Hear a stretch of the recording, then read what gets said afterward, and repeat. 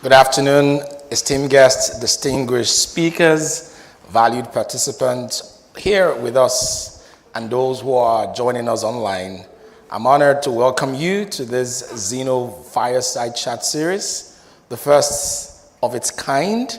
And today we are going to be talking about something that is earnestly and timely, an exchange that we believe would directly shape the experiences of every one of us, particularly because it has to do with mobility. Every one of us today have our experiences shaped. Millions of us have our experiences shaped today as we move from one location to another. And as your moderator, I consider it a great privilege to steer this dialogue, which is designed not merely to identify challenges, but to surface solutions, to bring up ideas, concepts, strategies, and insights, collaborations that may ultimately illuminate the path forward. For us today, our panelists represent a spectrum of expertise. Talk about money, talk about infrastructure, and talk about the operational power force that allows mobility to happen. And today, I'd like to please introduce them to you one after the other. But before then, ladies and gentlemen, why are we here? Our objective today is to set off that tipping point that would change the narrative about mobility in Nigeria. Are we where we ought to be? Have things happened before that should set us on the right trajectory? Do we have the infrastructure? Do we have the financial capacity, the resources to run this? And do we have the people who can man the operational house for it? Maybe after this hour, we'll have the answers to that. So write in the chat for those of you online, and for those of you here, let's applaud ourselves and welcome somebody right beside you. Welcome, sir. Welcome. Okay, I welcome myself, since nobody welcomed me. Welcome, sir. All right, today we are very privileged to have joining us for this first in its series. First of all, let me start with the CEO of Xenolink Technologies Limited, Mr. Tumi Adeyemi, the host of this event. Thank you very much, Tumi. Thank you. For joining us. Do you want to applaud him? Sometimes, when you clap for people, it makes them happier. They are happy, but they are happier. So let's see. Okay, so let me also welcome all the way from Yaba, Lagos, Nigeria, Inyaboyeji, the founding partner of Future Africa. And many of us know you to be a raiser of money. We are hoping that there's money for mobility. And distinguished ladies and gentlemen, the man who has housed us, we're privileged to be housed here in the office of the Oando Clean Energy. Everywhere here is clean. If you're online, you're clean, but we are here physically, we are cleaner. And we're glad that Mr. Demola Ogunbanjo has joined us, the president and CEO of Oando Clean Energy Limited. Thank you for joining us today. And so what are our objectives? We want to critically examine the immediate and long-term effects of the fuel subsidy removal. Sometime in 2023, we just heard it, like everybody heard it. Fuel subsidy. Can you echo it? Gone.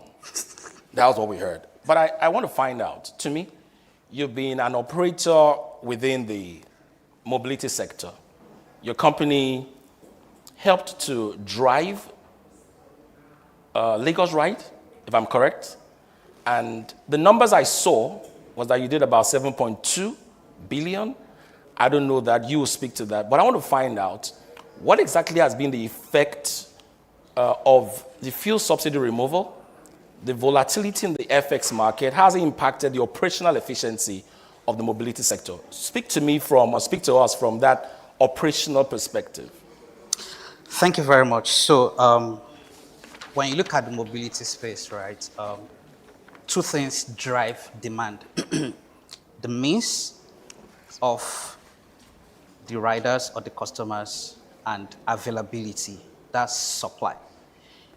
So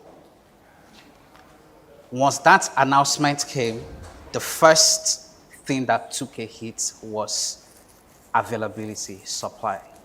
Drivers woke up, suddenly price of fuel went from less than 100 naira per liter to above 100 naira per liter.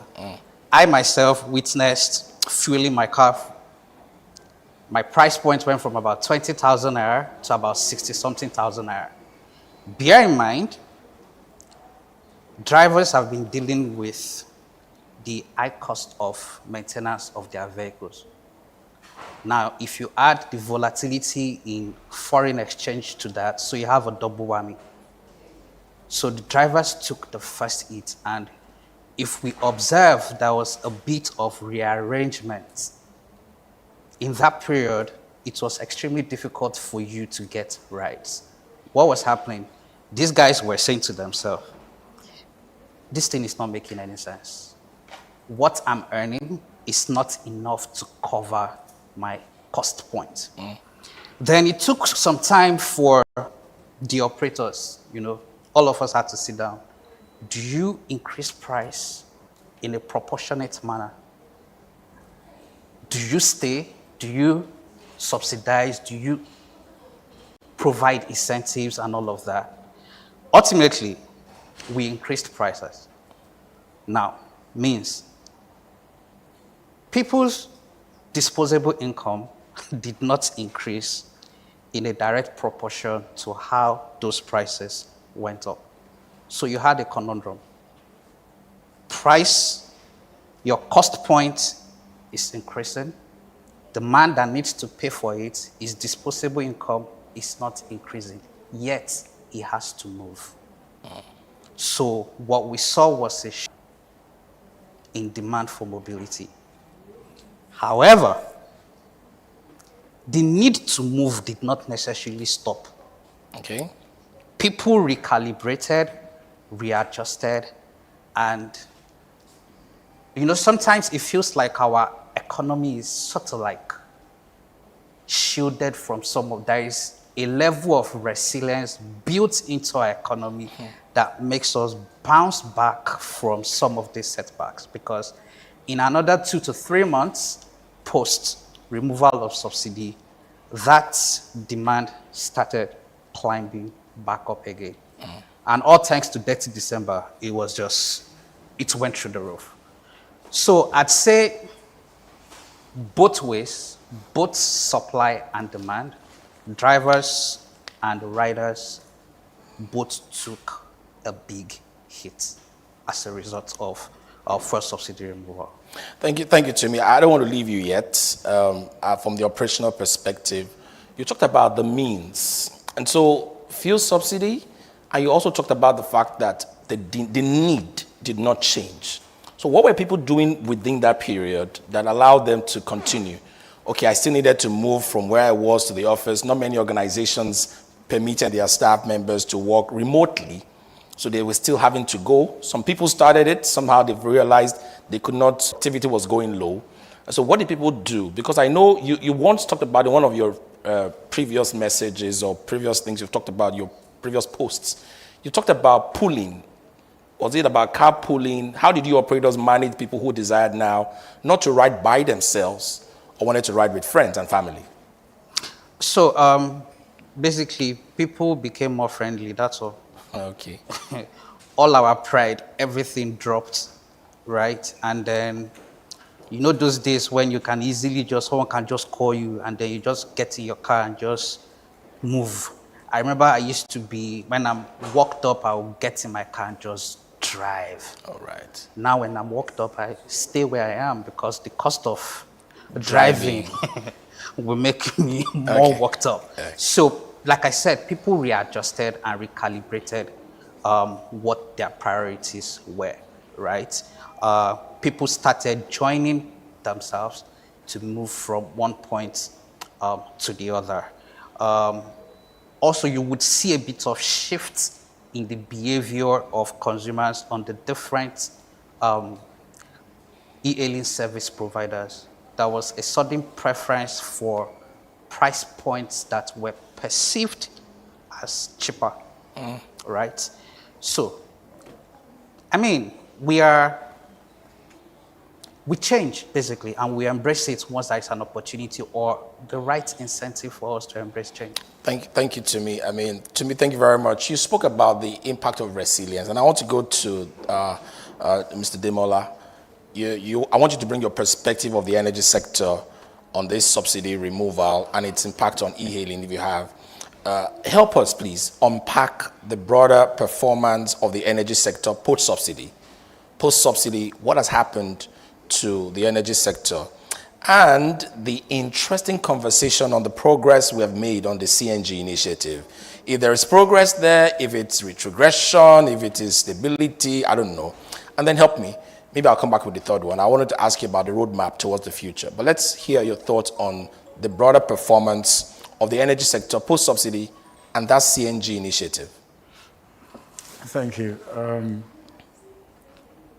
The energy sector, I believe, became better liberalized post-subsidy. Okay.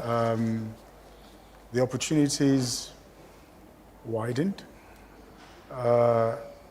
because that's what happens when you liberalize a market, when you reduce regulation and you allow the market to thrive on its own credit. You see more investments coming. You see more investments in infrastructure, more investments in products, because now pricing is literally left to the forces of demand and supply. Market forces would determine, pricing. Interestingly, what you would have expected would be some kind of contraction in volume sold, but there was no such contraction because the need was still the need. Yes. And that's helped. It's helped largely because we've been talking about deregulation for the last 2 to 3 decades. And the anchor of the argument had always been to empower the market so that you have more investments come into the market, helping with infrastructure development, and now we're seeing that post subsidy removal.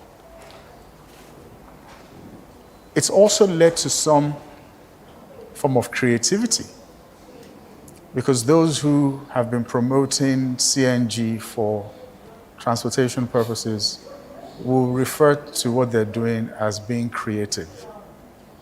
Well, it's literally being wise in half. So we've seen growth in the adoption of CNG for mobility. Recently, the federal government released a number that's, almost $400 million investments gone into CNG powered vehicles for mobility. When they started the program about a year ago, they had 7 conversion centers. Now they have over 200 centers nationwide. It continues to grow. They claim that about 3,000 people have been trained in the sector. So it's booming, right? But that's not what we should be doing with CNG today. Talk to me. What should we be doing with it? There are countries all over the world, that have been powering their transportation with CNG for very many years, and they're now pivoting to electric, or perhaps even biofuel. It's 2025 and we're raving about CNG for transportation. And I understand the thinking. It's premised on the fact that we're an oil-rich or gas-rich nation. Yes. We should be powering most of our, requirements, whether it's transportation or, anything gas, else, yes. Using the gas that we have. Yes. After all, we're still flaring on one hand, we're injecting on the other, and our gas commercialization, agenda is progressing, but, not as quickly as, we would want it to be. So let's power transportation with CNG, particularly now that subsidy for refined petroleum has been removed. Yes. Right? It sounds, logical. Like it makes sense. Yes. Right?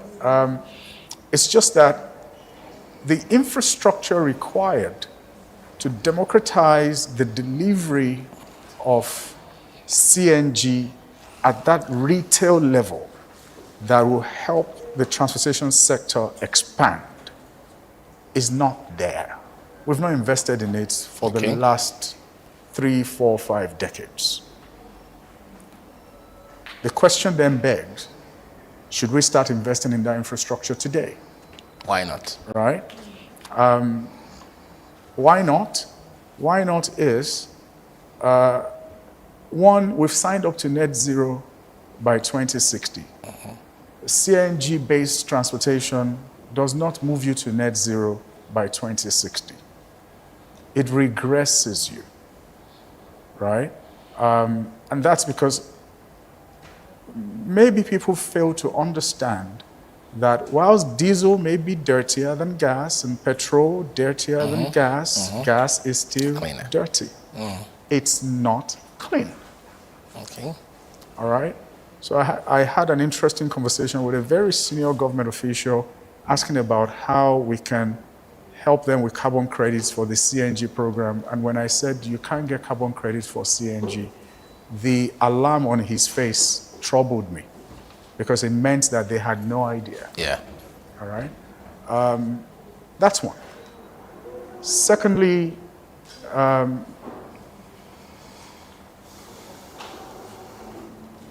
we're not saying that CNG has no role in transportation. What we're saying is that rather than for CNG to be powering vehicles, Okay. CNG should be powering charging stations, charging infrastructure. But let us leapfrog to electric vehicles, Okay. right? Because that's the future, and that future is here. And it will only get cheaper as battery technology gets better, more proliferated, the cost will come down, and then you'll be able to compete favorably on the asset side with its ICE counterparts, whether it's running on petrol or CNG. Yeah. So that money that we're spending today on setting up conversion centers that I bet you will go moribund within the next decade. It's not a curse. The next decade. It's just a projection, Okay. right? Those centers will be moribund within the next decade. That money we're putting in CNG conversion centers should be invested in charging infrastructure because charging infrastructure is the next downstream sector for mobility. It's just the sector that would dispense electricity instead of diesel or petrol. Okay. That's what we should be looking at today. But I guess it was a reactive measure to the removal of subsidy, right? And looking at how to cushion the effect of that. But if you look back over the last 18 months or 2 years thereabouts since the subsidy was removed, we haven't seen any respite because of the introduction of CNG in transportation. But if we had invested that money in infrastructure for charging, we will see the respite. Yeah. Because electric vehicles have no engines, they have about 20 moving parts as against 2,000 moving parts of the internal combustion engine counterparts, which means you spend less on maintenance, which then means that over time, the cost of transportation will drop if you go electric. Now, the other reason I say that it's been wise by half, introducing CNG is because in 2022, we released an energy transition plan that we published to the world, committing to electrifying all public transport in Nigeria by 2060. Yeah. We released that in 2022, and by 2024, was it 2023, we changed course and started, going CNG. That is one of the issues you find, and I'm sure perhaps he will speak to it, when it comes to attracting investment into the country. Mobility, The policy is not enough. The behavior of the government is extremely important because when you release one policy on one hand and you do something else on the other, that inconsistency discourages investments in the economy. Yeah. So, but in the private sector, we see the need to go electric. We will continue to lead the charge. Okay. And as usual, government will catch up at some point. I like that. Government will catch up because the private is seeing the future. I like what you said about the CNG conversion centers going moribund, but I also see an opportunity there. I'm sure they can always be proposed to become charging stations, isn't it? Or do you think the way they are designed today, they cannot be converted? Those conversion centers tomorrow can become charging stations, isn't it? I hope so. Hope is not the strategy, is it? Oh, no, it's not. It's the flow that keeps you going so you can find a strategy. Okay. I like that. You're a great man, so wise words from you. It's the fuel that keeps you going to so that you can find the strategy. All right, let me talk to our viewers, those joining us online, to say you can use the chat to send in your questions. And for people who are joining us live here, you also can, at the point where we take questions and comments, we'll be willing to have you share your thoughts and ask your questions, seeking for clarification. Inya, I go to you, the money man. How much money have you raised in a lifetime now? Are you counting? Well, over the last decade, I think at our last count, we probably, across all the 120 companies we've worked with, we've raised about $1.3 billion. $1.3 billion. It's not a lot of money, in short. You think so? No. Maybe to Oando is not a lot of money, yeah? Yeah, definitely not. They buy companies at launch for that I will much. say nothing.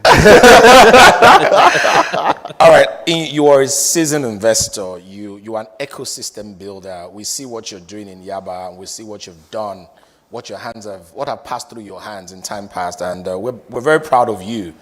You were the youngest person to get the OON, the Officer of the Order of Niger. I wasn't counting, but You weren't counting. We the public were counting, and we see that you also served on some industry policy Yes. committee for the government. So you've been there, you've seen this. Can you share what you found to be the investor appetite for the mobility sector? What's the appetite like? Are you witnessing hesitancy or there's opportunity? So I think it's important to clarify what investors' appetite is for, and that's primarily for yield, right? Investors are yield hungry. Everybody's a bit nervous about the only asset producing yield being treasury. Treasury, yeah. Because everybody knows that comes at the cost of inflation. Government's printing money to give you that yield. So it's not real. It's financial engineering. So everybody's looking at what kind of yield can come from engaged capital, i.e. capital that goes into real demand from people. Yeah. And one of the most fundamental demands people have is the ability to move both themselves and things. That's like, there's no way, for us to get here, we had to get in a car. That's right. And money had to be spent. Whether you spent it last night with your driver queuing at the fuel station, or you spent it this morning on your way doing so, or you will spend it afterwards refilling your tank, you will pay to Spend move. money. And so thinking about it from that perspective, there's always investor appetite for investing in mobility. The question is, who is creating the products? And I find that investors get blamed easily because everybody looks at them as a replacement for government. But an investor's job is to return capital to those who own it, which is typically not him. And so what he ultimately cares about is his ability to generate a yield, a return to his investors.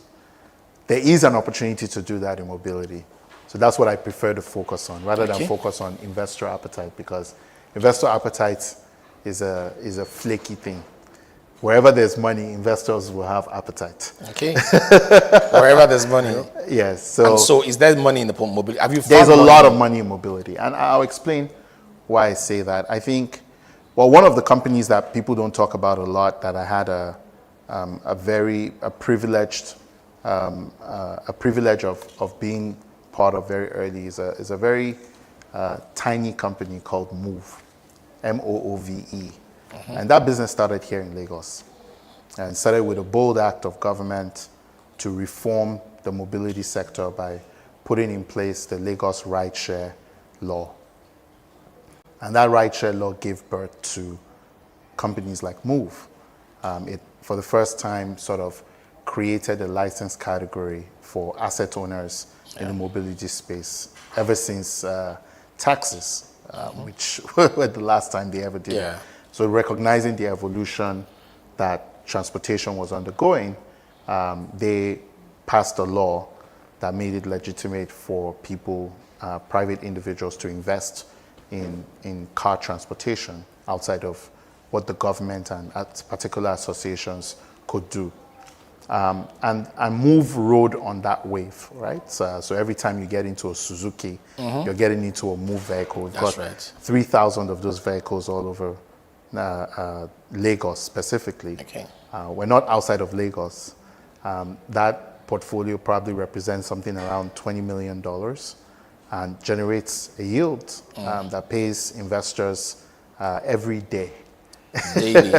Right? Because every time you get into an Uber, an Uber-powered Suzuki Yes. by Move, you pay your fare, and then that fare chews up every week, and investors get their money, the driver gets his money, the mechanic gets his money, the fuel gets his, the petrol attendant gets his money, and that's how this entire value chain has been created. Yeah. And I'm glad we did that because I look at Move as a practice for what the broader ecosystem could look like if it's properly structured. Okay. And what that means is that when you look at the electric mobility, I'm not environmentalist.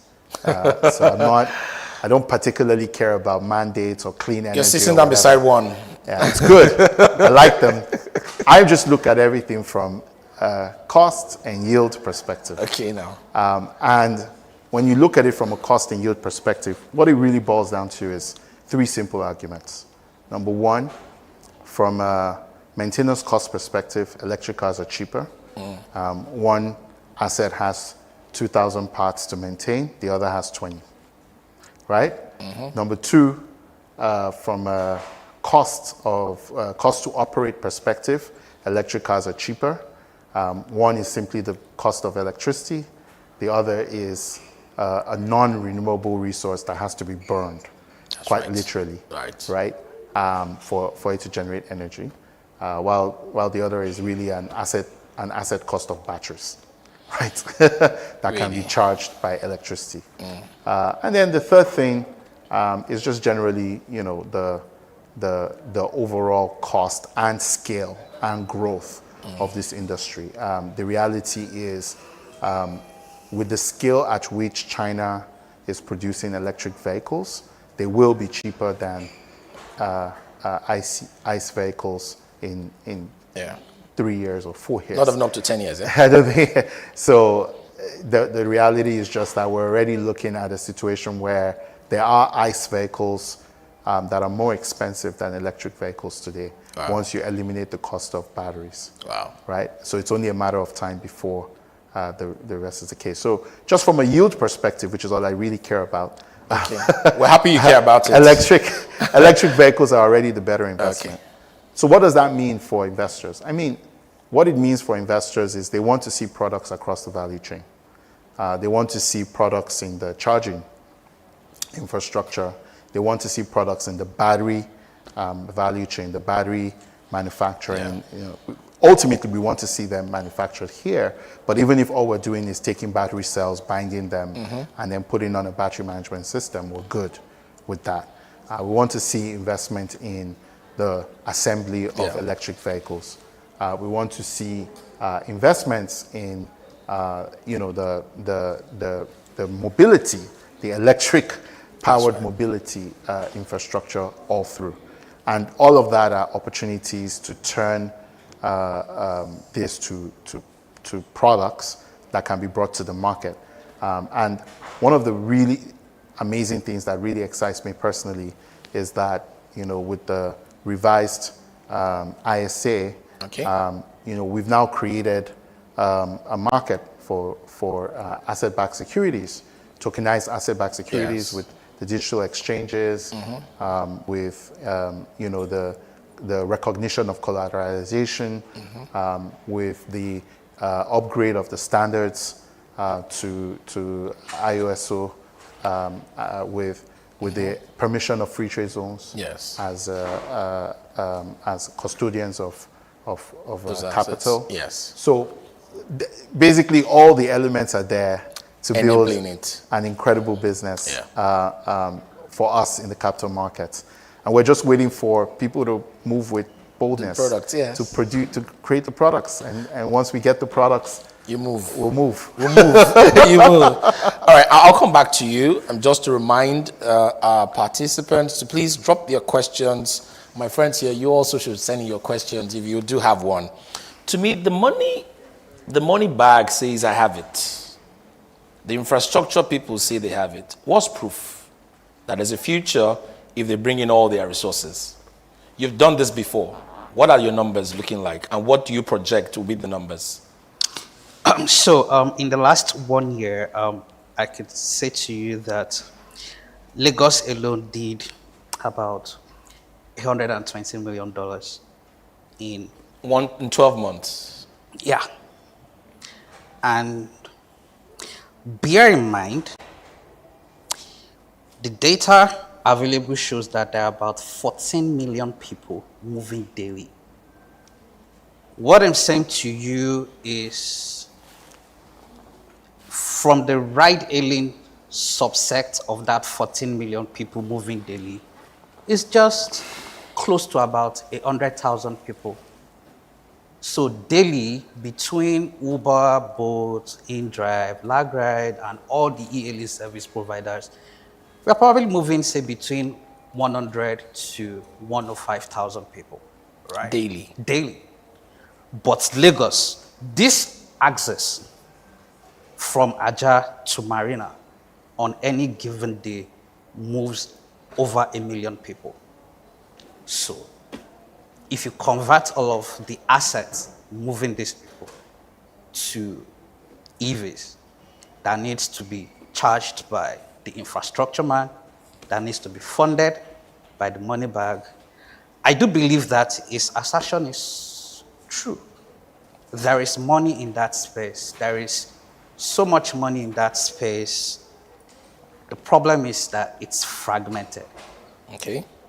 Just like he has said, we do not have enough products out there to put all of this together, because if we aggregate that demand, if we aggregate the protocols driving all of these services, it is easy for them to have a line of sight to data, and they would be able to make better and informed decisions, right? Let me give you an example. So I was privy to see the books of a transport company operated by state government. They had over 1,000 buses. For a full year, their entire gross revenue was less than 500 million naira. Gross. With 1,000 buses. On Lagos Ride with 300 cars, we were doing that in a month. So, if that data was available to the decision makers, where would you put your money? Just like I said, it's about yield. So, the absence of data or actionable data is making, we are taking half-wise decisions, and we are unable to extract the value from the ecosystem as we should. All right. Thank you, Tumi. And I'll come back when this comes for Q&A. There's a question I have from the consumers. You guys are talking about clean energy in 10 years. You're talking about the appetite is not the appetite. It's the money for the appetite. You know, you're talking about there's money on the street. I don't have money. You bring everything you have. I don't have. I'll come back to that question. I don't even have money to, whether it's electric or it's CNG or it's ice or block. I don't have any. Right? So, but I'll come back to that, just so that you think about it. Demola, the question is, what then is that roadmap? You talked about Nigeria has a net zero ambition. What do you think should be our roadmap towards achieving that?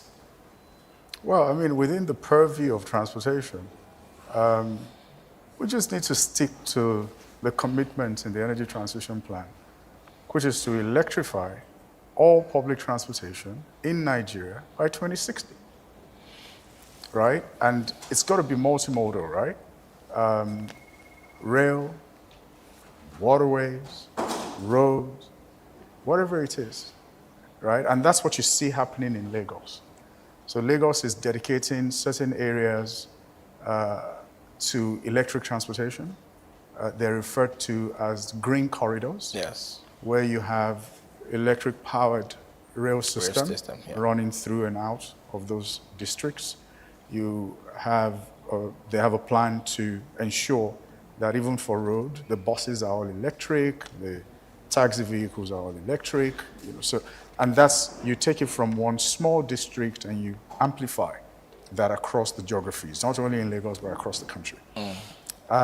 What we need is that discipline to stay focused and put our money where our mouth is.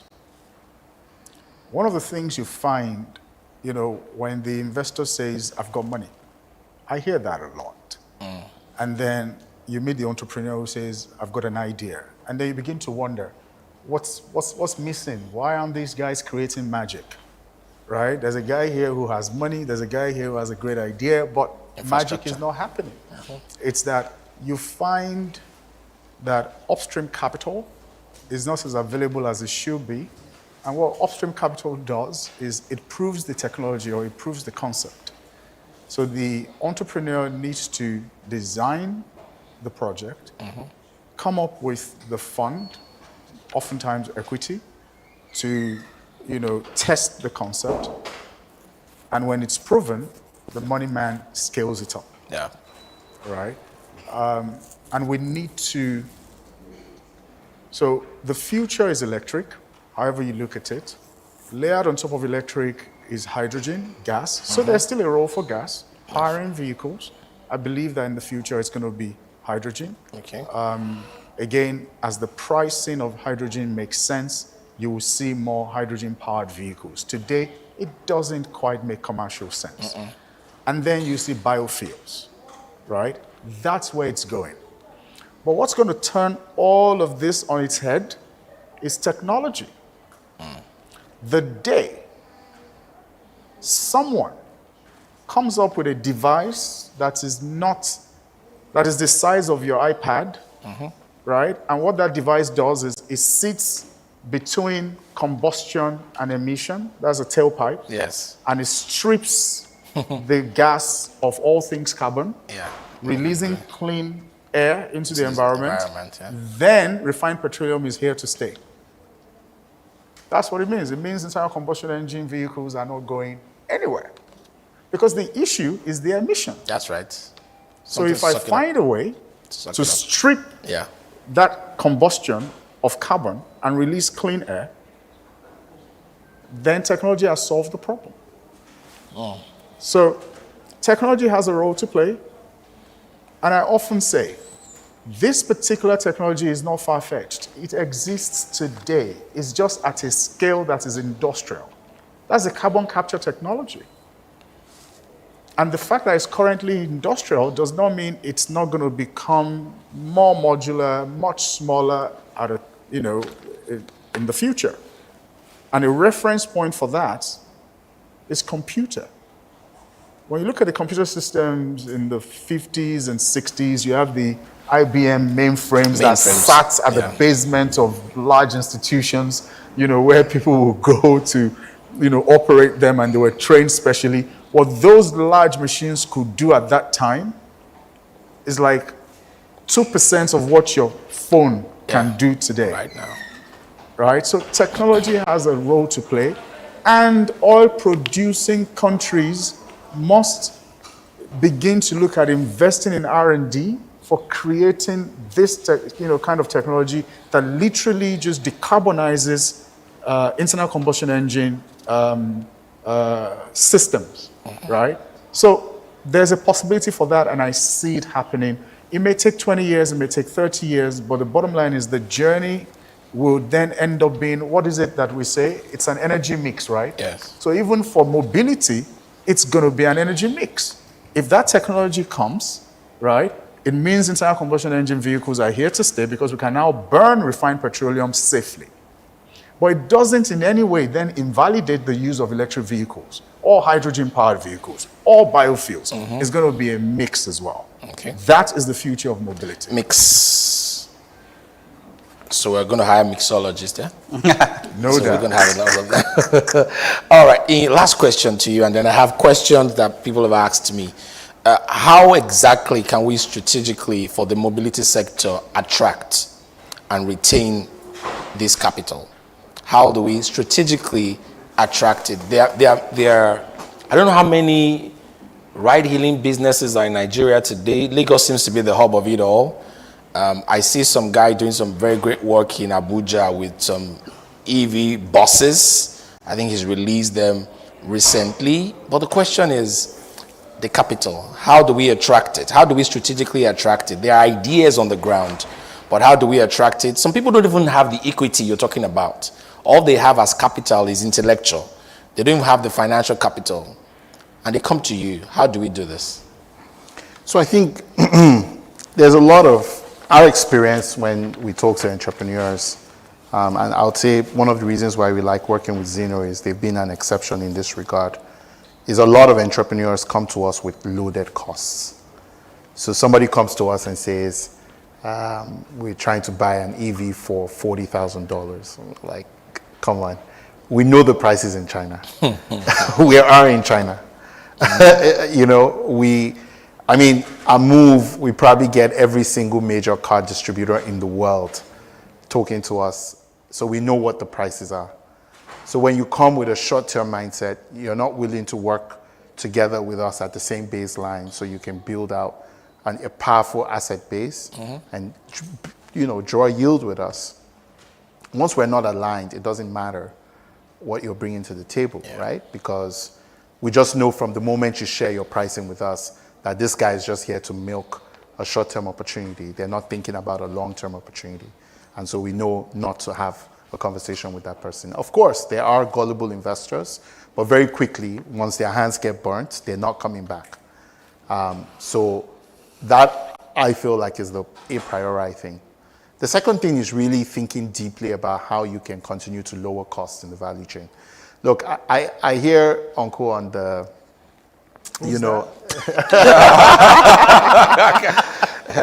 Culture speaking. It's culture speaking. Culture speaking. I hear him on the carbon capture technologies and all of that. But look, the law of the streets where I come from is Oanda. You know, so Where's the money? Where's the money? I don't think anybody cares about emissions. I definitely don't, right? If the world is going to hell in a handbasket, the least of my problems will be the cost.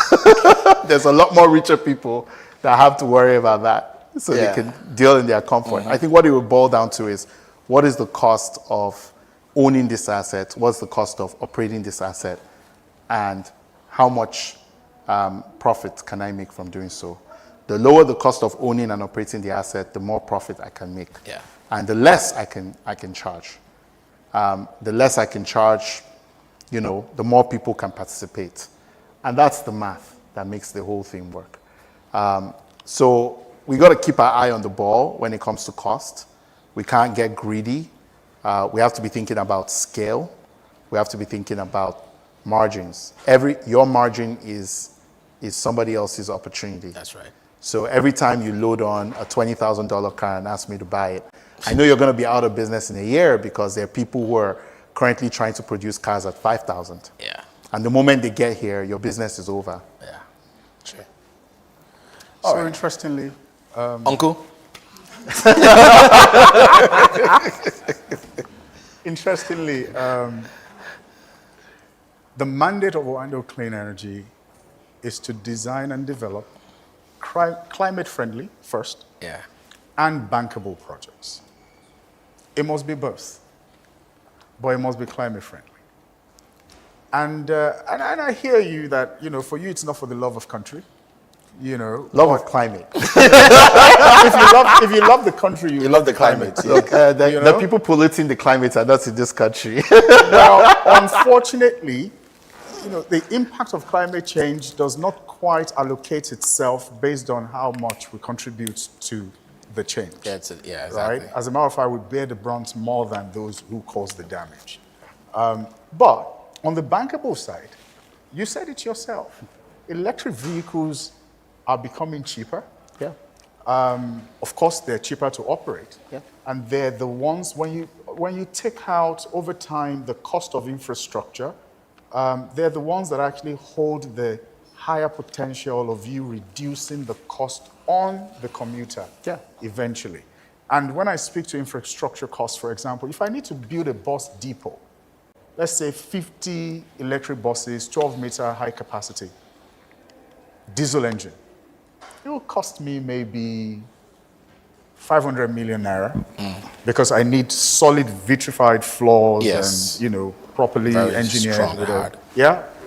all of that will be done and, maybe $500 million. I mean, $500 million. Yeah. But the same space, same size, this time around, electric buses will cost me maybe about $1 million. Why? Because I need to buy armored cables that cost about $150 per meter. And I need to use maybe about 18 to 19 Meters. fast chargers, DC fast chargers, high capacity, maybe 160 to 320 kilowatts. And then do the wiring, and then do the flooring still, and then get the power solution. And, so it's different. So whilst it's cheaper to roll out, on one hand, the infrastructure costs CapEx. money, which is why today you may not be able to reduce the fare because you are offsetting one cost with Another. operations efficiency. But it's still the most viable of all the options we have out there today. And to his point, absolutely right on the money. You find a situation where India, China, looking to create vehicles that cost sub $10,000, and once those ones come in country, you then begin to struggle because your competition is able to crash prices. But here's the challenge with that. Those vehicles are tiny vehicles. Those Suzuki you were talking about with Move, there are two sizes. The smaller size are not allowed to run operations in Europe. Why? Because they failed safety tests. But they ran in Nigeria because we don't pay attention to those things. So, Because we can't afford safety. So and the day we own that belief, 100% that look, we can't afford safety. What we have said is that the lives of our citizens, is much cheaper than the meager, spread that we'll make on these investments. There has to be a balance. Once you take that holistic look, there has to be a balance. Well, you need to make less so that you can save more. More in this case, people's lives. Yes. Yeah, provide comfort. Make taxi hailing an experience. But at the same time, still make money, but not as big as you need. They're not dying, right? You're saying they're not Well, dying. I'm saying, exactly. They're not dying. I don't think we've had a single safety incident in Nigeria with those cars. We don't even have the data. We don't collect those data. We don't. Yeah, but I'm saying that right now, because it majorly runs around in Lagos, and even with all the infrastructure issues, we haven't had a major safety incident here. Thank So God. the should watch out for probability. it. No, I think at the end of the day, safety tests are a function of your resource, right? As a country. And we have to start from where we are. Yeah. And I think that's sometimes what's missing in the conversation, right? I'm not worried about emissions when I need to move so I can get a job to eat. You know what I mean? That's I do. that's my a priori concern. All right. Thank you, everyone. And again, let's applaud our panelists. I have one question, though, and I'll come back to wrap up. I don't know if you had water. Is it clean water? Water to drink. To drink. It's clean. It's Aquafina from Pepsi. Okay, nice. It's clean. Nice. So I've got a question here. The very first question I have, and I will want all of you to please attempt it. The economic power of the movers is not being considered in this conversation. The economic power of the movers or users or riders is not being considered in this conversation. With all of these investments, how do you help the riders? I think I am. I mean, the reality is, if we're investing at scale and actually targeting lower cost of mobility, then that's precisely the point. So the entire business is designed around the economic power of the movers. Okay. That's the only reason why we're considering electric. I mean, look, for my own consideration, the only thing that matters is the economic cost of mobility to people, because people move to opportunity and people move things to places of opportunity. That's really what it is. Goods have to move from the north to the south. People have to move from their homes to jobs. Our job is to power that for as low cost as possible, because if we can take away that cost, we can reduce the cost of economic opportunity, which today is just too great for the vast majority of our population. Okay. Any other takers? Interestingly, like you said, there is no business without consideration for the economic powers of the consumer. Yes. It's not, what you do if you don't recognize or take into consideration the economic powers of the movers, you create a business that is outside the market, right? It's the economic powers of the movers that actually define your model, and just basically set the tone for what you do. However, in consideration of that economic power, we're reintroducing and glorifying rideshare, right? Because it's not new. We've been ride-sharing since forever, when those taxis will just stop, pick you up, stop, pick the next guy, safety happened, and anyways, a whole lot of things. But now we've reintroduced it, and that's so that movers can continue to move in recognition of the economic power. That's one. There are also other alternatives, all right? Sumi spoke earlier about 1,000 buses doing $500 million a year revenue, and that was the same thing 300 taxi vehicles were doing in a month. That is largely because these buses have fares that are regulated. Yeah. They're much cheaper.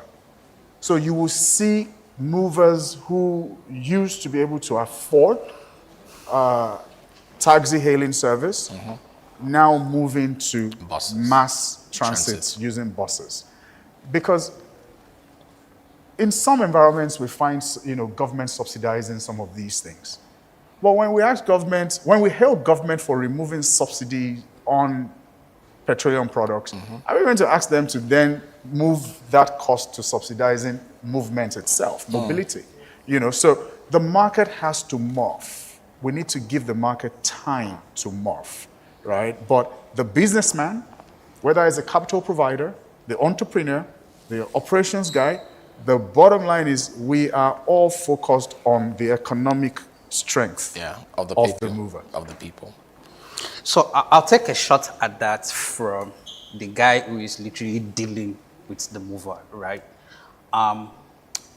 First, I think they need to change their mind and around some of the biases that they hold. I'll give an example. You did mention that rideshare is not new, right?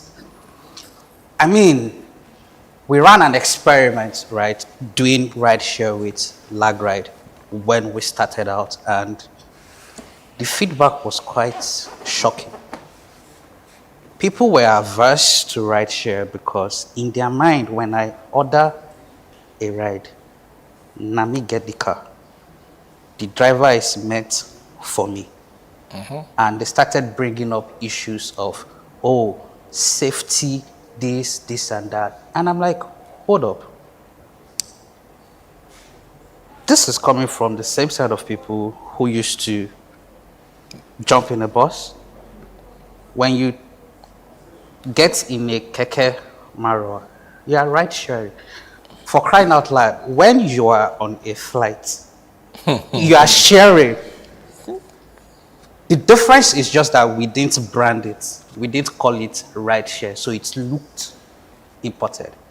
Ride share is native to us. I dare say it was when I came to Lagos for the first time that I actually see people sit alone inside a taxi and pay ridiculous sums for it. Where I come from, You are plenty. we are plenty. You'll be many. Oh. Na collabo we did do. Okay. Do you understand? Yes. Right? So we need to first and foremost step away from that. Yeah. And when we saw that, we went back into our strategy session to say, look, this is a perception and it is real to these people. We need to figure out a way to respond to this and build products that address that particular perception so that what you're trying to do, it doesn't get truncated. The second thing also is we also need to start thinking about creating businesses and products in the mobility value chain that can meet people where they are. And I will bring the example of the brands in the FMCG sector. I remember growing up, and for you to buy peak milk, then it had to be that big stuff or the condensed one. And a lot of families could not afford that until Cowbell showed up and started selling. Milk in the sachet. Exactly. So, single consumption, single service, and you're good. And for the longest of times, I observed how a lot of those brands in that space, they did not jump on that bandwagon until they started losing money. Now today, everybody has one form of sachet or the other. So I think first, it rests on us to educate customers, users, as to some of the beliefs and the biases that they hold. And then we also need to be deliberate in curating business models and products that can actually meet them where they are today. Thank you, to me. My chat is full of questions, so I'm hoping we can take it in the time that we have. But there's one for you, Demola, and the person is asking, is very particular to Oando Clean Energy. The person is asking, does Oando fund R&D for prototyping new solutions? I was going to say no to the person, but I don't work for you. So. No. We do not invest in new technology until tested and proven. So we absolutely do not invest in R&D, not today. We're not capitalized to be able to afford that. Okay. All right. So I'll go back to you. Maybe you've been to Move, you've done a bit of work in the mobility sector as well. This participant is asking, how ready is public transportation poised to pivot to EVs? That's a good question. I think the variable factor here is the scale of charging infrastructure and how well planned that charging infrastructure is and how reliable it is. I think all the other factors are fair. Perhaps the only other thing I would say is our ability to increase battery manufacturing in country. Because at the end of the day, your car is really just an electric car is just a moving battery. Yeah. So if we're able to increase our ability to manufacture those, then I think we're ready. The major, I think it will happen in phases, right? I think we sometimes expect transformation to happen all at once, and that can be a problem. And the way I think it will happen is, first of all, largely speaking, from Ozumba all the way to, Lekki, to Ajah, maybe past Ajah, maybe you're going all the way to maybe Ekpe or Bejuleki. You have one estate after the other. And what I expect will happen is, first of all, you're going to get mopeds and three-wheelers in those estates, bringing you to main arteries. What I expect is now the traffic that comes to main arteries will split into two.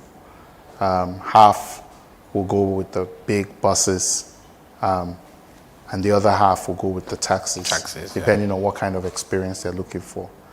and whether they want to break their journey into a second mile journey or a third, a last mile journey. So from that perspective, I expect the taxis to go next. I'm always skeptical of government. One of these I like to say about government is an idol.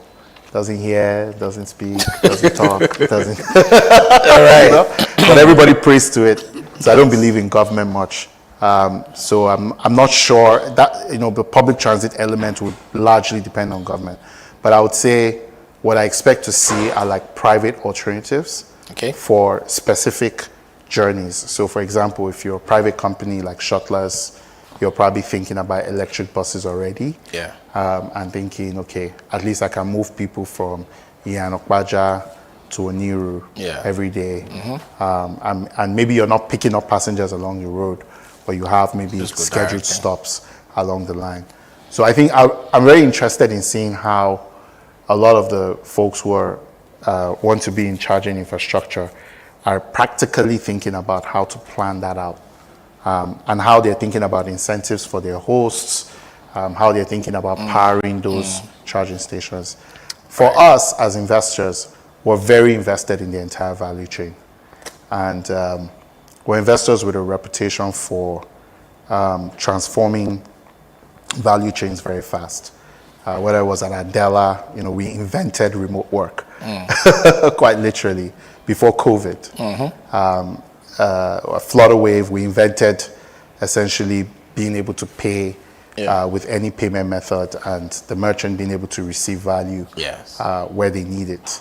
With Move, we grew ride sharing to a 1,000-car enterprise asset class. So I'm sure that when we get into the electric mobility market, we'll do the same thing. And then everybody will wonder what they were looking at when they were just talking about it. And you were moving. And we were moving. All right. Thank you, Ian. Ademola's last question for you as we try to wrap up this entire conversation. Someone wants to know what your plans for charging infrastructure is. Do you have plans for it? Oh, yeah, absolutely. It's not so visible yet. Oh, so,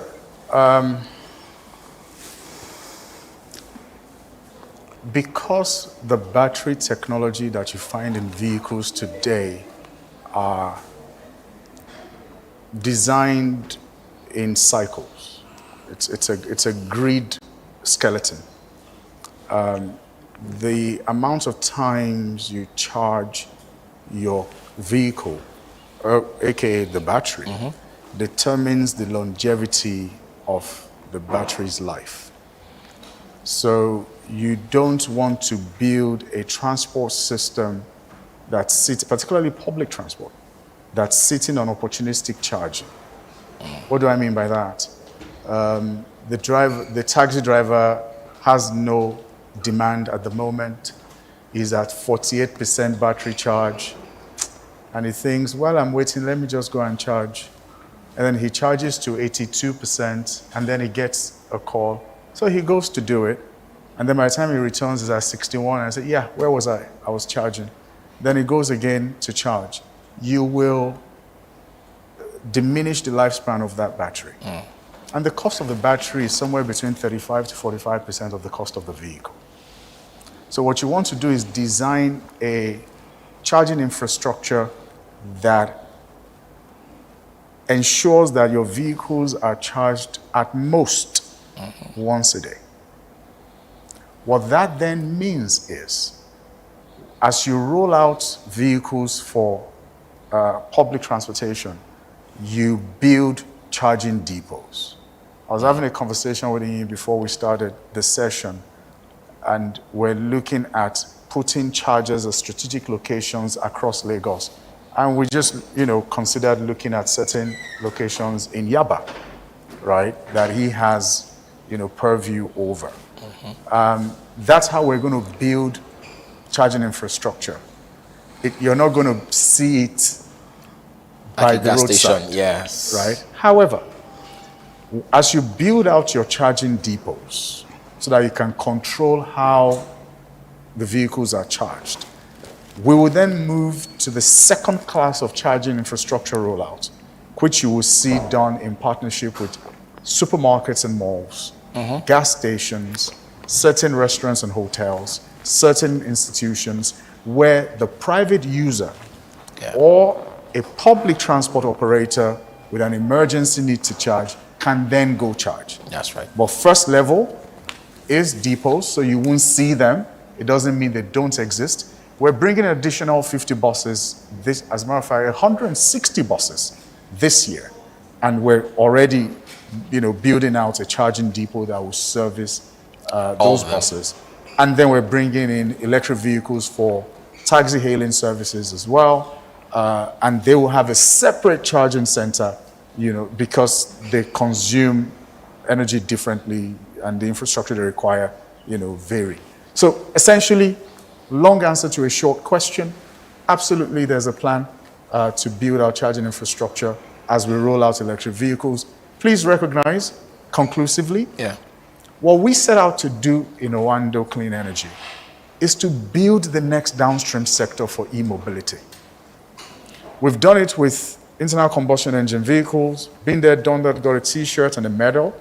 Now we're building the next one for e-mobility. The reason we're investing in the vehicles is so that we can at least pull the trigger on demand for the infrastructure that we're building. At some point, we'll build strictly charging infrastructure and hands off leave the asset acquisition on the vehicle side. All right, nice. Great conversation and great thoughts. I thought that needed an applause, though. I want to go into my audience. The guys online have been talking to me. The people in here are not talking to me. I think there's one or two questions from the room here. Can we have one or two persons in the room share? So my people online don't think it's just four of us in the room. We're a lot behind the camera. Beautiful and handsome faces.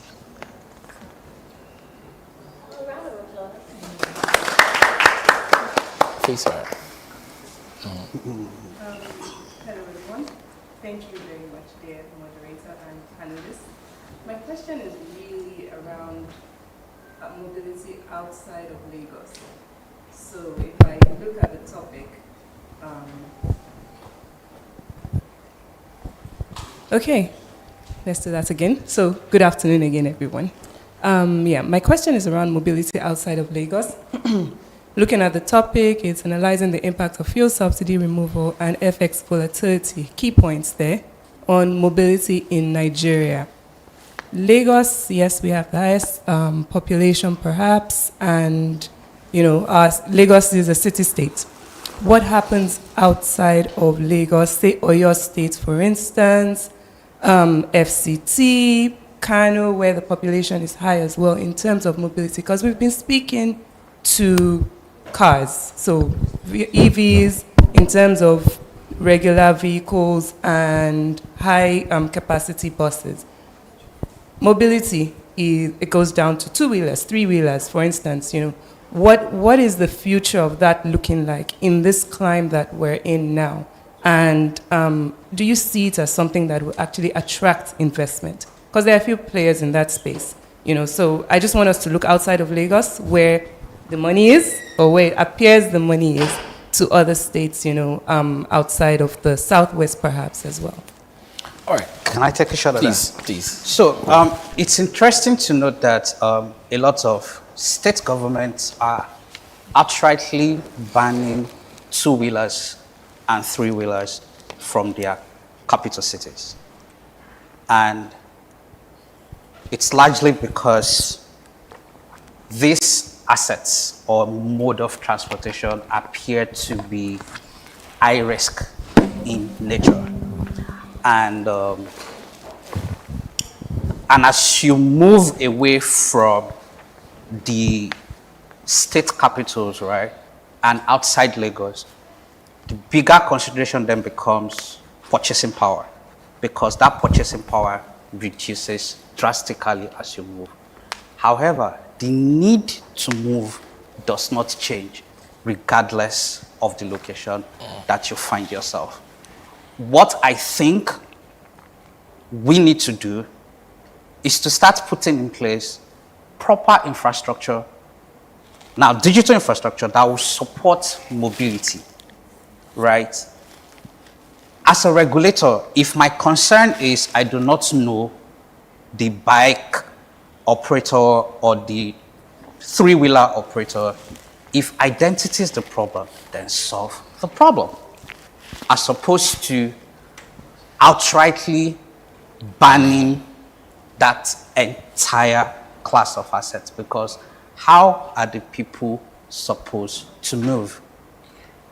Also, we often think that the wallet size for transactions in all of these places, we often think that they are significantly lower than Lagos. Yes, for certain services and for certain products, but you'll be shocked to realize that they will match Lagos dollar for dollar if you give them service. I give an example. I did some survey in Akure. I grew up in Akure, and I used to take a cab for 30 naira. 2017 or 2018, that was at the beginning of my journey in mobility, and I sat with a cab driver in Akure. They had increased fares to 50 naira. So I was asking him, how much do you make per day? So he started breaking it down. I will pay union, I will pay delivery. This is what I'm supposed to take home. This is what I will spend on fuel. It amounted to about 10,000 naira. I'm like, sorry, here? By the way, the longest road in Akure probably is about maybe Admiralty Way. It's a small space. Then I asked, like, how many cabs do you have here? Then he said 3,000. And my head did the numbers. You're saying this small space throws out about 3 million naira daily in transport. And it formed an opinion in me to say, first, we need to get off the hype of Lagos, thinking that Lagos is the only place. As you get out of Lagos, yes, the risk perception is higher, but we need to be able to create and design products that fit these places. Yeah. People need to move at every location. Thank you. Money And man. that's to you. Money man, yeah. So, do you think there is an opportunity outside Lagos I mean, that there will is, satisfy the appetite of your investors? yeah, there is opportunity outside Lagos, but I always like to remind everybody that we're in the business of scale. There's trillions of dollars of assets in this world, not enough places to deploy capital to. So much yield, even in this country. Trillions of naira of yield sitting with a badly behaved federal government. And my life's mission is to make sure they get less and less of it every day. Okay. So for me, I would say Lagos represents the kind of scale that investors are excited about. Productive use cases in other states requires a bit more investment in infrastructure. Interstates is an interesting opportunity, Okay. but largely for moving things and not people. And I just want to be realistic about what the kind of scale looks like. I mean, I'm not going to wake up in the morning for a transaction less than 250 million naira, you know. So that limits my ability to invest to. What span of time is that? Well, I just can't write a check lower than that. 250 million. I just can't, you know, it's just like impossible for me to fathom. Except I'm writing it out of my own goodwill, you know. Mm-hmm. So very few states can absorb that kind of capital in their mobility space. Probably like 5 cities in Nigeria that can. So, and that's me, small me. Yeah. how much more Oando, right? Yeah. So 160 buses. Yeah. So They're about to dump $1 million depot, you know? So I don't know where else you can do. I just like to be factual. It doesn't make me I'm sure everybody's feeling insulted that's not from Lagos, and including my friend from Akure. I don't care, Fantastic trust me. place, but I don't know if I'll be going to Akure to invest Okay. in mobility anytime soon. So there's work for government. There is work for government because, again, you want to ask yourself, Demola, maybe you help us here. You want to ask yourself, who then will trigger what will stir the appetite or the movement of the investor into that kind of region? No, but here's can I Yes, please. push more here? Look, societies are designed to move one of two things: people or things, right? Lagos is a talent city, so this is where the vast majority of people who earn above 350,000 naira a month live in Lagos. Period. I mean, that's just reality. Yeah, true. And we're talking by a large number. We're talking like 90% of people who earn above 350,000 naira a month live in Lagos, right? Versus the rest of the country. So when you talk about, but the reality is all the things that they need come from elsewhere, right? There's nowhere to plant onions in Lagos or tomatoes or whatever. So if I'm a state government, I'm not going to waste my time trying to Move people. So you're just wasting your time, right? I would be building, truck depots to get my goods to Lagos. I'll be building electric rail to get my goods to Lagos, where the market is. Unfortunately, everybody likes to pretend because of federal allocation that all fingers are equal. Lagos is the economy. Everybody else is an addition to the economy. Wow. And they should serve the economy. Shots fired. So that's it. Like Lagos is a $235 billion economy Shots fired. in a country with a $350 billion GDP. Like, stop wasting your time. Stop wasting your time. Lagos's IGR alone will serve the rest of the federation. Oh, wow. Right? So it's like we waste a lot of time debating things that are silly on the basis of pride, silly pride and inanities, when we should just focus on the numbers. All right. So there's no market outside of Lagos, is my point. Okay. I'm sure they'll prove you wrong sometime. I'm happy for somebody too. I have one more question, though, but to your question, it's government that must pull the trigger. I think so. You understand? So when you hear government people saying we'll create an enabling environment for investment, the meaning of enabling environment, the components: one, they will put in infrastructure; two, they will ensure security and safety of lives; and then three, they will put the right policies in place so that market can thrive. Yeah. That's it. And it's the job of the government. What the private sector will come do is to scale up once they see the opportunity. Yeah. Right? So as we leave Lagos and move closer and closer to Hadiza's village, we may have to invest in donkeys, horses, and carriage. Shots fired. Non-motorized mobility, that's what it's called. Yes, non-motorized. Non-motorized. Thank So you. yeah, that's the. Okay, nice one. I mean, today's been a lot of bullets in the air, and I hope nobody's injured.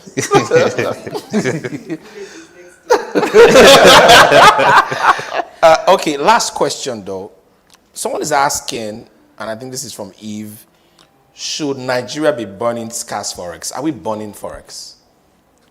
So my mindset is we need to be more strategic about answering that question, because I do find that sometimes the forex argument leads you down a path where you actually end up burning more forex than you generate. And it's a productivity question, right? Should you, every time you bring fuel in, even from Dangote, you are paying dollars for it.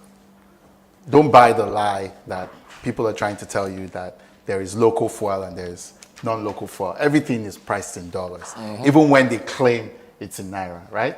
That $20 billion infrastructure that Dangote has wasn't built in Naira, okay? The capital was, it was built in dollars. forex, yeah. Now, there's a real conversation to be had if we were serious about whether we should invest $20 billion, including a lot of the forex that we should have used to do other things in a $20 billion refinery, or whether we should have just put $2 billion into a battery manufacturing plant. After all, the end game is the same.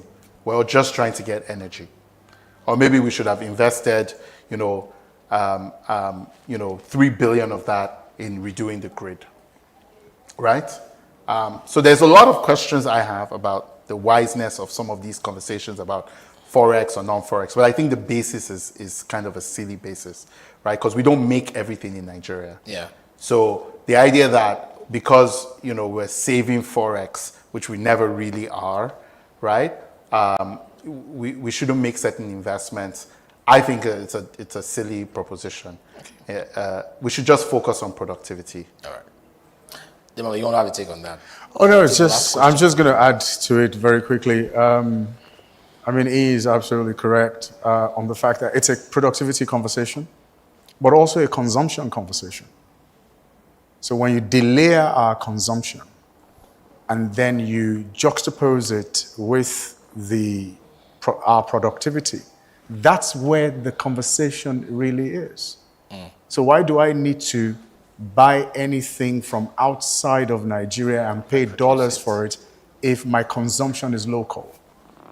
And my consumption can only be local if my local environment can produce what I consume. If it can't produce what I consume, I either curtail my consumption or I keep going out. Or I start to build local capacity, and which were the elements that he delayed in his response. So it's literally a consumption and productivity conversation. Okay, so they're still working our hands still. Final question from the audience. I think I've got someone there. Yeah. Thank you. Good afternoon, everyone. So my question is, I would require answers from all three panelists, from Tumi, E, and Uncle. So, as mobility intersects with energy, fintech, and climate, what ecosystem-wide partnerships do you believe are still missing? I believe from their distinct positions, they probably have different responses. Or partnerships? What ecosystem-wide partnerships do you believe are still missing as mobility intersects with energy, fintech, and climate? Okay, you got that? Yeah. I'll start.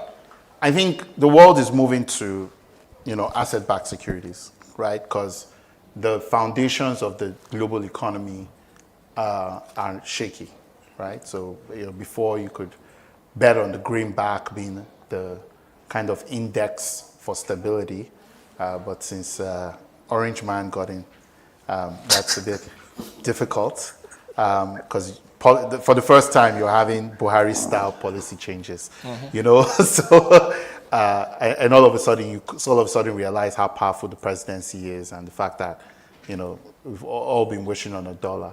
So now everybody's chasing yield, right? Because that's your only security, the fact that your capital can be engaged in something that people require every day, and whatever the currency of choice is, you can convert your daily cash flows to that currency in order to accrue retained earnings. So what I think what's still missing in this is actually financial products that tap into this requirement of financial markets to turn assets to yield. That's right. It's interesting when people ask questions and they have to read it and still stutter while at it. They ask ChatGPT for the question.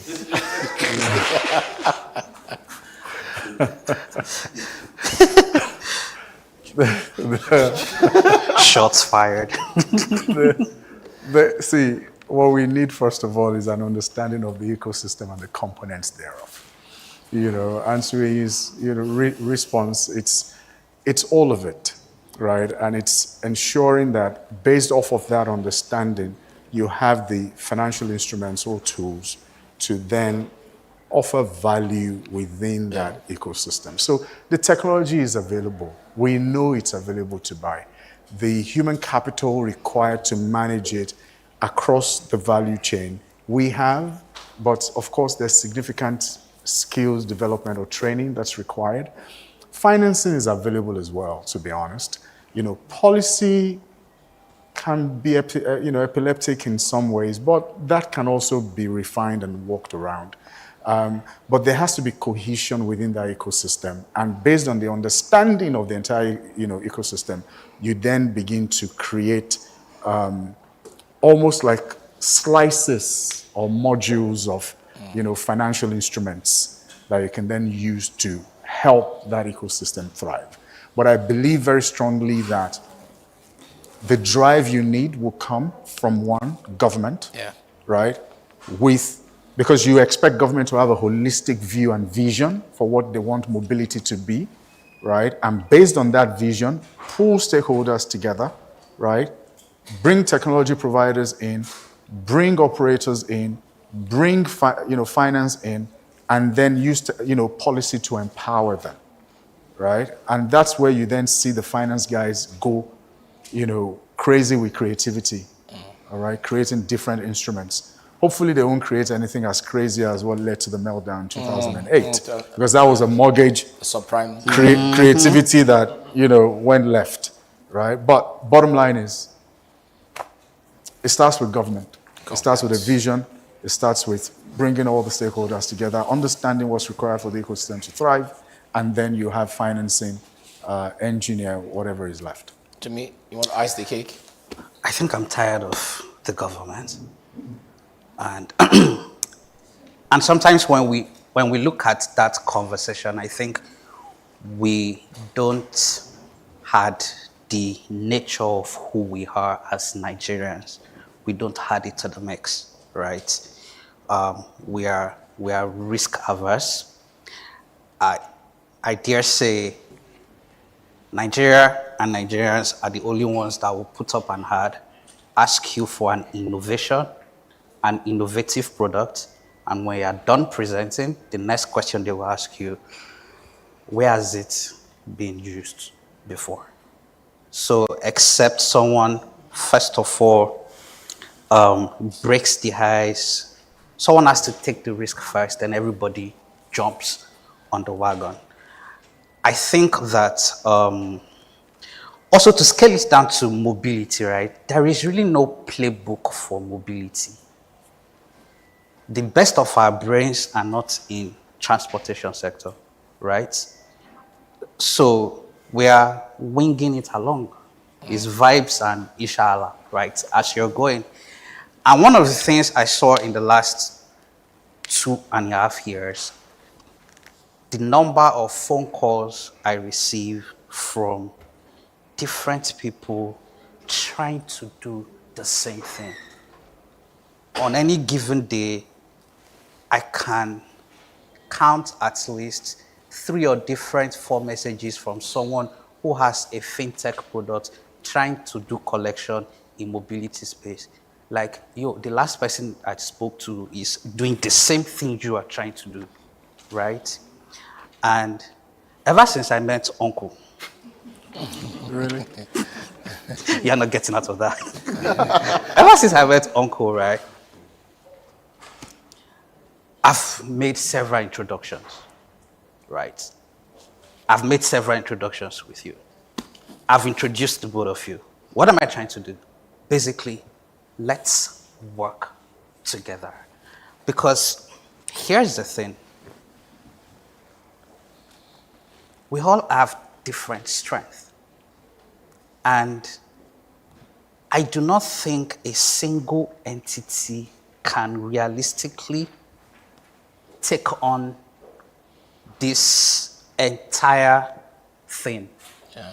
I think we need to get to a place where we are comfortable and secure enough to stay with what we are great at and trust that the counterparty we're on the table with would also stay with what they are great at, so that the combination of our expertise can unlock a better proposition for everybody. So I think we should start with ourselves. Government will join us, I believe so, at some point if we are able to come up with something so compelling.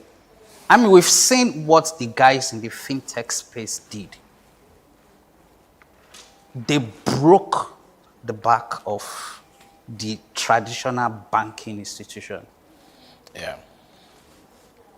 All right. I mean, ladies and gentlemen, it's been a pleasure listening to everyone. And I think, once again, we should applaud our speakers, applaud all those who asked questions. You've made this conversation very, very rich. I need to close now because we've had a long day. And some people are thinking of traffic already.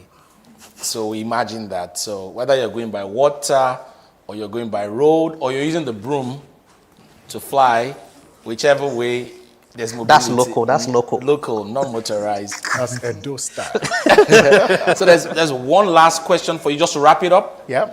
Just to wrap it up, just 30 seconds from each one of you. 30 seconds. What kind of urban mobility future do you envisage for Nigeria? Yeah, I mean, for me, it's I think really it's about moving, designing our cities so that we are tactically moving people and things as required. Yeah.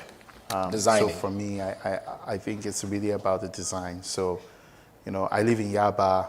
My ultimate dream is for Yaba to be walkable and for us to only have three-wheelers on the streets. I don't think we have two big transport depots, Yaba, Yeah. and we have the train station. Yes, I think that should be enough for everybody. Ultimately, anybody who has a car in Yaba should be paying extra, in my opinion. That's how I see the future. Thank you. We're designing it. To me, what's your final word on this? Quality of service, and I think it rests on the driver. Either it's a two-wheeler, a three-wheeler, a four, whatever wheeler, right? If that person fulfilling service for you, if the experience you get from that person is negative, then as the end user, you are less incentivized to engage with that service. Thank you. So I think it is extremely important, and it's a conversation we don't have enough. Look at all the numbers, all the investment that has gone into everything we're talking about. Who is thinking about the driver? All right, thank you. To me, quality of service, customer experience, vital. Uncle? You too? No. Moderator, I moderate what I hear. I'm just amplifying it. Interestingly, I'm not a fan of three-wheelers. It actually rouses me, somewhat gets me emotional when I hear about a transport system for this country that is three-wheelers involved. centered around three-wheelers, and then the justification is, our demographics very similar to that of India. Three-wheelers are thriving in India. Who says I want to be compared to India? Right? Why can't I be better? Why can't it be a transport system that's similar to what you find in Scandinavia? Right? It's rail, it's road, and it's four-wheelers or scooters Yeah. or two-wheelers, but no three-wheelers, right? And it's waterways. It's the fancy stuff that I want for my people, and that's the future that I see. And the reason we cannot give up on government is whether they're leading us or we're pulling them along, they regulate us. Sure. Absolutely. So whilst I am big on design, particularly when you design societies in a way where people can walk, ride bicycles, I love it. I studied urban and regional planning for my first degree. So that's what I want to see as well. But even with that, you need government. So whilst you can look at Yaba, design it, you can't implement it without taking it to them, making them a disciple, and saying, let's do this. We are the government. Yeah, exactly. And I was saying that to you earlier, that you have got to just be in that game with them. Yeah. Leading them At the where you local must. level, we are the government. Yes. Once it gets to Alausa, we don't know who the government is. And that's where implementation happens. Yeah, that's what You understand? No, but it shouldn't happen there. It should happen At the local level. But they will regulate it, is my point. So what I'm responding to is, to me's response earlier saying, it's done with government. You can't be. You just have to stay with them. and continue to influence them and work with them, motivate them even, right? Because we need them. And then you go run for office. Run Right? for office, not too Run for young office. to run. At all. Hashtag. After all, you're now OON.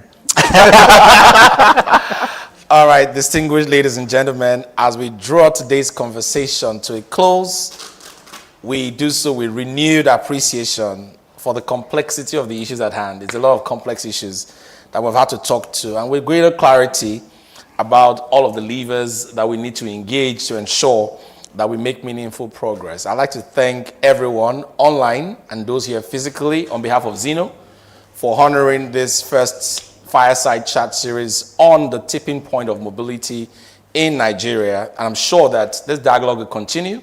The impact we want to make, we will see whether we pull the government along or they are riding along. Whichever way, all hands must be on deck to see to it that Nigeria becomes our pride. And we are hoping that our collective reflections from today will spark action, innovation, and ultimately hope in equal measure. Having said that, I want to say a very big thank you. My name is Olumuyiwa Oludayo. Thank you for having me, and thank you for all being here today.